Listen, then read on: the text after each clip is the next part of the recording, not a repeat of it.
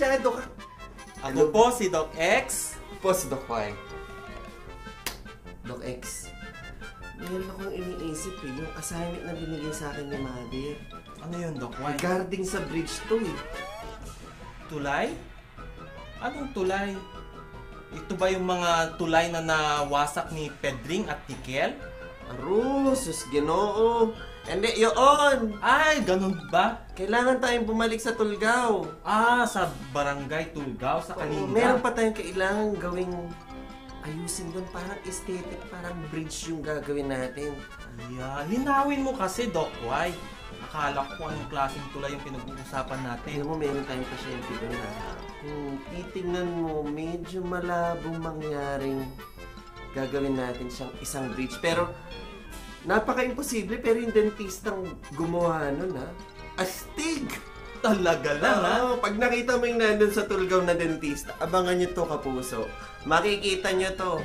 Pagtutulungan namin ni Doc X yung pasyente namin doon sa Barangay Tulgao. Makita nyo. Tara po, sundan nyo kami. Tara, Doc Y! Samahan mo ako sa Kalinga! Tara!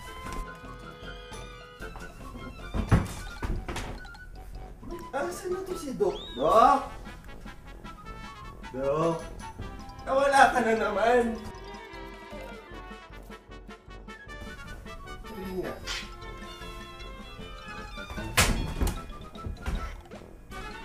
Doc? Iniwan mo na naman ako. Dali subukan mo itong gadget ko.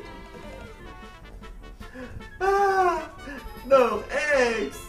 Iniwan mo na naman ako. Paano ba to? Paano na ako? Kala ko ba sasama mo ako dyan sa Barangay Tulgao? Magtutulong tayo. Sige, tutulungan na nga kita. Kasi may naghihintay pa sa'yo dito. Teka, may bagong feature itong gadget natin eh. Doc X! Tingnan mo, Nidit! Paano ako makakatulong pati boses ko maliit? My goodness! Sandali, ayusin ko. Doc X! Doc Ay! Y! Hinahanap kita! Ayos Nagawa mo na, tulungan mo ako dun. Hawak mo pala yung manual, Doc X eh. Galing ng features ng gadget natin, no? Oo, kakaiba. At least natatry na natin paunti-unti yung gadget natin, Doc X. Mahusay itong binigay sa atin talaga ni Mother. Hello mga kapuso! Andito pa din tayo sa barangay ng Tulgao. Alam mo ba, Doc X, meron pa din tayong tutulungan dito. Pag-uusapan natin ngayon at tutulungan natin yung isa nating kababayan dito sa Tulgao. Gagawin natin dental aesthetics. Doc Y, para sa mga kapuso natin, ano ba ang ibig sabihin ng dental aesthetics? Dental aesthetics, papasimplihin na lang natin. Actually, ang dental aesthetics, dental is for ipin. Aesthetics, it is an art of getting it beautiful. Dapat pagandahin natin ang ipin ng magiging pasyente natin. Kung yung ipin ay medyo may konting ikot or malform, yun yung gagawin natin. Tara, Doc X, tingnan natin ito. Dito sa proseso na to, ang ginagawa namin ay kailangan linisin muna yung ipin. Bakit natin kailangan linisin? Dahil pagka pinatungan natin to ng composite resin, ngayon matatanggal din po yung composite resin na ito. So, kailangan linising mabuti. Okay? Ingatan ding dumugo yung gilagid. Iniingatan po ng dentist natin. Kung mapapansin niyo merong bulak, tapos naka-back up kagad yan. Then, linis. Then, hindi din agad nilalagyan to ng fluoride, mga kapatid. Then, after natin malinis yan, nagkukunin na tayo acid etchant.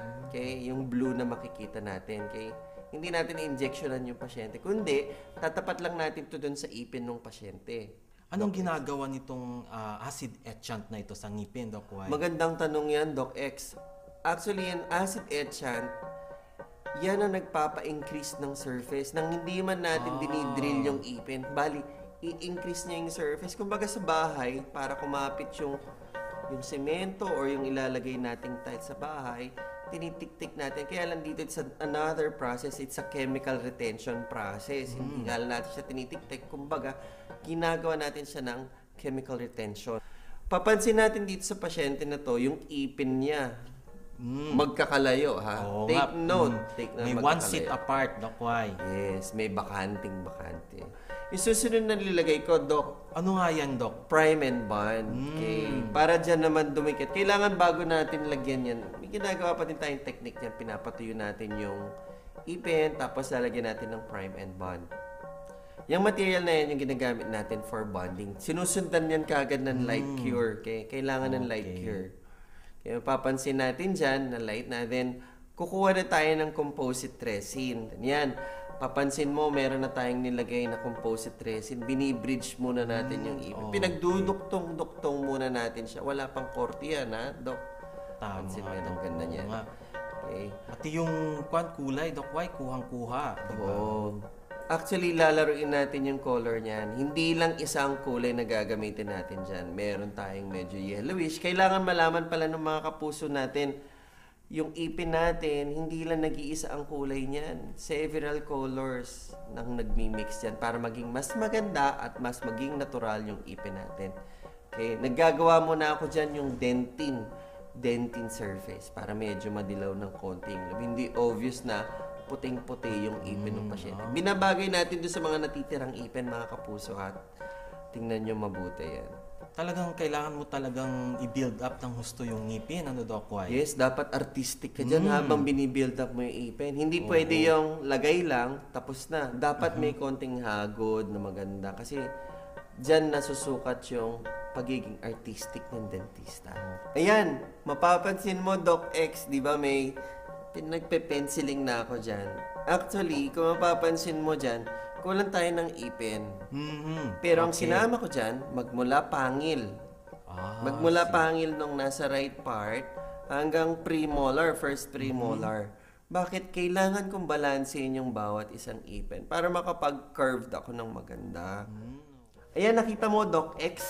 Medyo kakaiba ngayon yung korte. Medyo unti-unting lumalabas yung korte ng Parang ipin. pumoporma na siya. Tama, Doc X. Yan. Binubura ko, pero unti-unti ko ding nilalagyan ng shadowing, cutting on the other sides.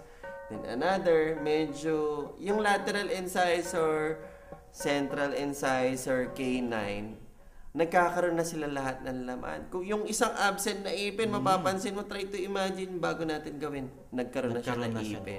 Okay. Pero mahirap nga lang ipagduktong-duktong yan. Nga lang dapat, sabi nga nila, the beauty is in the eyes of the beholder.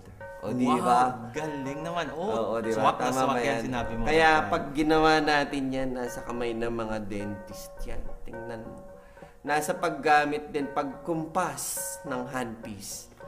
At syempre, Ayan na ang finish. Nakita mo ba yung finish natin dyan? Yan na, Doc Y, ang kagandahan ng aesthetic dentistry oo. na sinasabi. Nakita natin mga kapuso, di ba? Malaki ang pagbabago. Yes, kunyari may lakad, pagsampulin lang natin. Kunyari, yung pasyente natin may appointment mamayang hapon. Punta sila na maaga sa dentista na tapos kagad yung ipin. Oo. Di ba? Hanggang sa susunod na Sabado, same time po tayo at same channel. Ito po si Doc X. X na sa lahat ng mga problema ng inyong mga ngipin. Tama po tayo dyan. At check na po, may napangiti na naman po tayo at meron din po kayong panibagong natutunan. Kaya andito lang po para si Doc Smiley sa inyo. Abangan nyo po. Tuwing Sabado, kami po ang Doc Smiley!